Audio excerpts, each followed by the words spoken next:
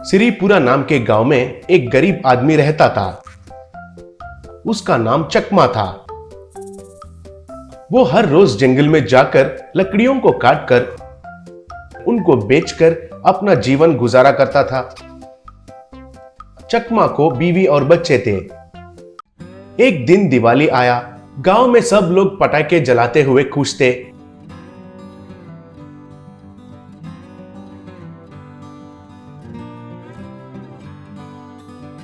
मगर चकमा के पास पैसे नहीं होने के कारण और वो लोग पटाखे नहीं खरीद पाने के वजह से झोंपड़ी के आगे खड़े होकर दिवाली को देख रहे थे। उसी समय पर कहीं से दो रॉकेट उनके ऊपर आकर गिरे। एक झोंपड़ी पर गिरा और दूसरा बच्चों के मुंह पर गिरकर ढाम कहकर फूट गए। उसके वजह से दोनों बच्चों के आंखें चले गए और उनका झोंपड़ी जल गई। अस्पताल में डॉक्टर बच्चों को जांच करके, चकमा, बच्चों का आंखें तो जल गए हैं मगर पूरा तरह खराब नहीं हुए हैं। ऑपरेशन करने से वापस आने का अवसर है, मगर उसके लिए 10 लाख तक होगा।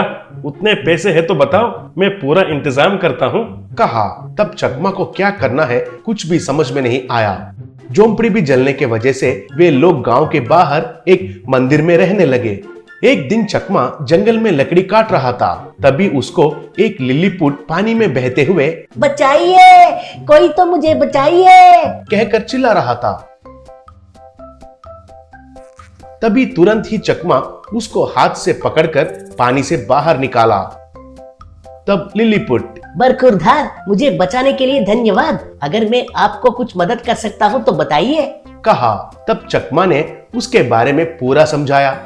तब लिलीपुट, देखिए, हमारा तो लिलीपुट देश है।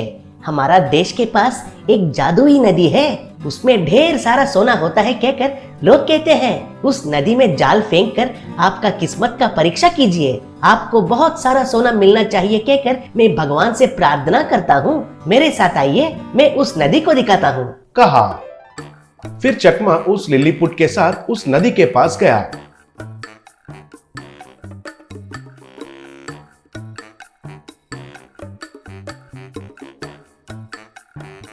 तब चकमा लिलीपुट को धन्यवाद कहकर एक नाव में चढ़कर नदी के अंदर गया।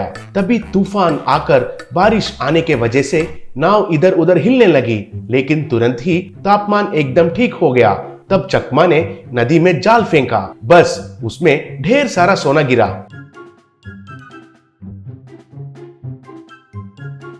उसको नाव में डालकर फिर से जाल फेंका। इस बार बहुत बड़ा सोने का पेटी मिला। उसको भी नाव में रखा और वैसे ही शाम तक वो जाल डालकर बहुत सारा सोना को इकट्ठा किया। तभी पानी में से एक देवता प्रकट हुई और फिर वो देवता, बेटा, ये एक मायावी नदी है। इसमें अच्छे दिल वाले जाल फेंकेंगे तो उनको सोना मिलेगा। तुम्हारा कितना अच्छा मन है ये मुझे पता है। तुम्हारे मुश्किलों के बारे में भी मुझे पता है, इसलिए तुम्हें यहाँ पर सोना मिला। मगर इस नदी के बारे में किसी को मत बताना, बोली। तभी चकमा ने ठीक है कहकर उसको प्रणाम किया। फिर वो देवता पानी के अंदर चली गई। उसके बाद चकमा ने उस सोने में से कुछ सोना एक सेठ जी को बेचकर पैसे लिया।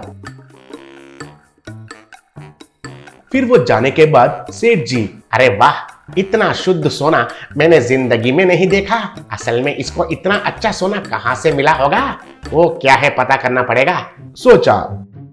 बाद में चकमा ने उन पैसों से उनका बच्चों का ऑपरेशन करवाया। चकमा वाले ने एक बड़ा घर और कार खरीदकर खुशी से जीने लगे।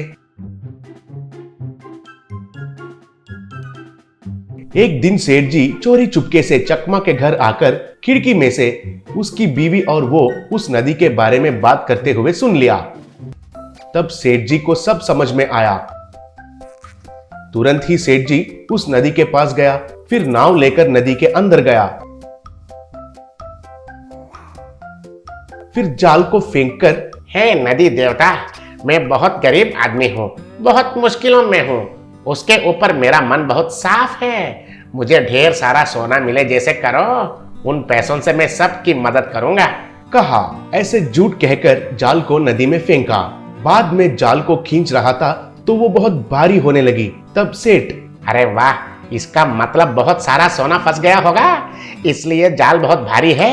ये पागल देवता ने मेरे बातों को विश्वास कर लिया है शायद। कहकर बहुत जोर से खींचा। बस उस जाल में एक बहुत बड़ा मगरमच्छ था, वो उसके ऊपर आकर गिरा। तब वो बाप रे, मगरमच्छ! कहकर चिल्लाते हुए पानी में कूदकर उधर से भाग गया।